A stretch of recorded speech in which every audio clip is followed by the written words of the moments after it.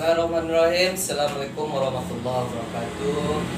Kenalkan, nama saya Muhammad Al-Farisi, jurusan Fisika non Kependidikan.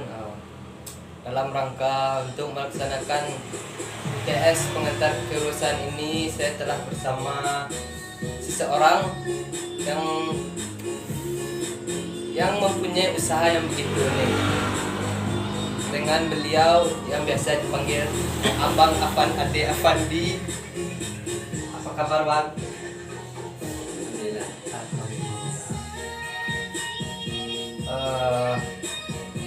Menanya-nanya dikit nih, Bang.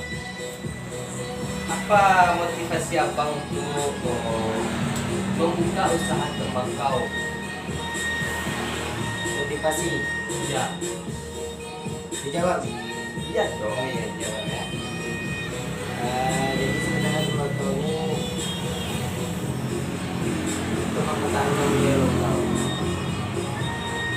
Saya dalam artian Jadi kan tembakau ini sebenarnya apa ya, sejenis bentuk rokok gitu kan. ya. Nah, di sini kita mempertahankan budaya leluhur yang dulu pernah ada di Indonesia. Karena saat ini anak muda segala macam itu dia lupa bahwasanya mereka punya budaya, yaitu melinting.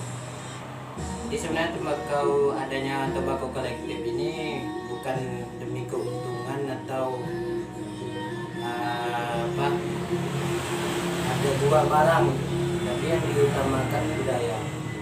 Sehingga semua masyarakat, anak-anak muda saat ini atau anak-anak kekinian itu mengetahui budaya lokal, bahwasanya melinting itu adalah budaya, dan salah satunya yang harus dipertahankan untuk kedepannya.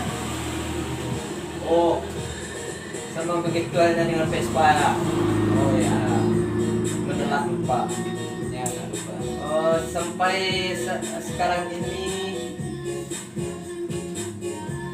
gimana proses Abang dalam mendirikan usaha ini? Oh, pendidikan. Iya. Sebelumnya kami dulu ini semua berawal dari dulu ketika merantau di Jogja. Saya dan kawan-kawan sebenarnya dalam krisis ekonomi juga sih, karena suka merokok sehingga uang itu habis ke rokok. Akhirnya kita menemukan satu budaya yang itu sudah familiar di Pulau Jawa, karena pemudanya itu semuanya melinting. Jadi semenjak itulah kami mulai mencoba mengembangkan budaya linting ini di Sumatera Barat. Dengan Abang merantau ke Jawa, melihat anak-anak muda, masyarakat semua melinting, timbullah Ya, sebuah pemikiran ya. untuk membuka usaha dengan di Bukit Tinggi ini. Kalau dihitung-hitung, Bang, laba kota dan bersihnya gimana? Berapa gitu? 1000. 1000 masa? Ya, jadi tiap tembakau itu kan punya khas dan karakteristik masing-masing. Karena kita mengutamakan budaya, jadi kita hanya mengambil untung 1000.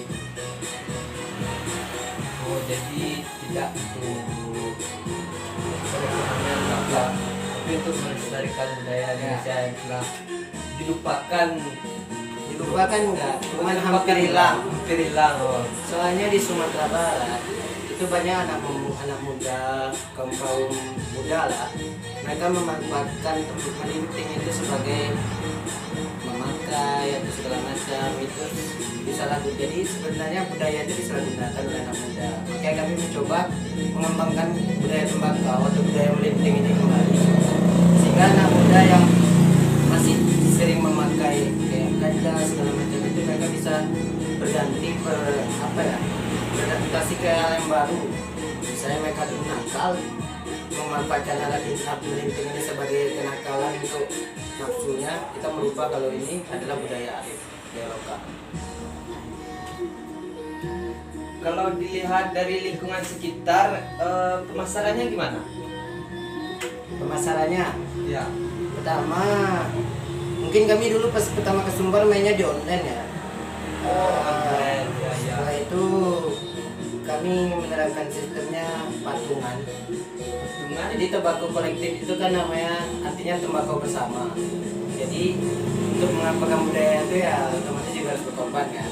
Ya. Ya, jadi bentuk patungan itulah partisipasi dari kami untuk memperjuangkan budaya yang telah hampir punah. Oh, ini kan kedai baru buka gitu ya bang. Ya, Oh, modal dari abang menjual tembakau kolektif ini sampai ke kedai ini kira-kira berapa? modal total. Ya, Modal pertama atau gimana? boleh dari modal pertama sampai saat sekarang ini. Kalau pertama kali kami nggak punya modal. Oh, Jadi, nggak punya modal? Pertama kali itu kita mainnya komunikasi sama para petani. Misalnya dulu pertama kali itu tembakau dari Gayo Aceh kan. Jadi tembakau itu sebenarnya kita punya kenalan sahabat lah gitu ya kan. Jadi kami hitungannya memasarkan ke dunia online. Setelah itu uang yang selama ini dikembangkan di dunia online itu kita kumpul, Kita tabung. ya kisaran berapa lah itu kan, selama terkumpul tuh baru bisa buka kedai. Kalau hitungannya dalam ekonomi sebenarnya tipis. Tembakau ini bisa jadi elitis ketika memang itu ya, karena tembakau, rokok itu kan mereka kena cukai. Ya. Nah, sebenarnya yang kita budayakan budaya itu untuk menghilangkan itu semua sih. Bukan untuk menghilangkan cukai enggak. Karena tembakau ini punya apa ya, hubungan sama negara. Jadi seharusnya masyarakat itu lebih mengenal tembakau daripada rokok. Sehingga ketika cukai naik, masyarakat tidak kewalahan gitu. Dengan adanya Dengan tembakau. adanya tembakau. Begitu juga para petani. Jadi para petani itu mereka bisa menikmati hasil tanaman mereka Tanaman sendiri. mereka, ya. Motivasi abang dalam mendirikan toko tembakau kolektifnya apa? Motivasi pribadi. Ya. Salah satunya ya budaya itu tadi. Oh, budaya hilang. Kita ingin Di budaya itu menghilang enggak?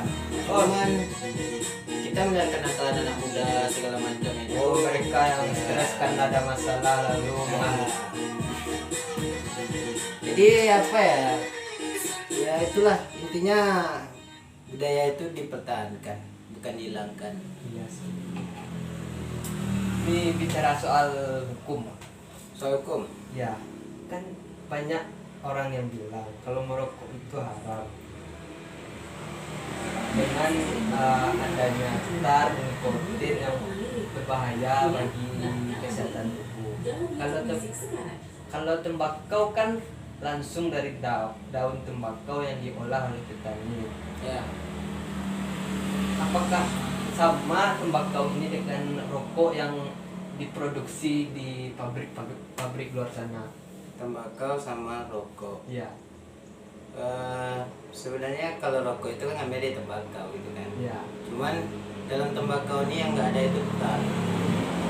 Nah, Di dalam tembakau itu yang ada cuma nikotin tanpa tar.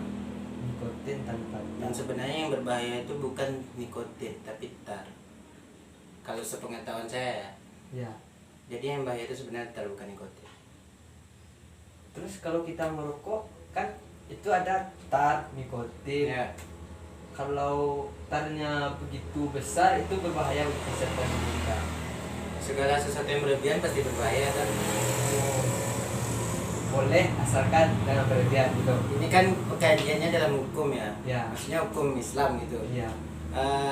Kalau menjelaskan tentang hukum kayak aku belum terlalu ini ya. Cuman kalau kita nilai dalam berobat aja, kita ke rumah sakit misalnya sakit paru-paru segala macam atau mungkin demam aja, obat dari rumah sakit itu mengandung zat kimia. Itu hanya dengan rokok. Begitu hanya dengan tembakau sama rokok. Jadi kalau segala sesuatu yang berlebihan itu ya bisa merusak. Bisa merusak. Jadi kalau memakainya atau mengonsumsinya ya sewajarnya. Sewajarnya. Adakah pesan abang untuk saya sebagai mahasiswa baru yang ingin melanjutkan pendidikan? Mahasiswa ya. Ya. Biasanya kami Islam tidak memanfaatkan ijazah sebagai lahan kerja. Cobalah mahasiswa, karena mahasiswa ini sebagai yang saya tahu agen perubahan, pendorong. Ya untuk mahasiswa jangan cuma ngomong gitu, coba sesekali main ke masyarakat bawah biar tahu gimana rasanya hidup dengan budaya lokal. Nah, begitulah wawancara saya dengan pengusaha tembakau. Sekian, assalamualaikum warahmatullahi wabarakatuh. Waalaikumsalam. Terima kasih. Sama-sama.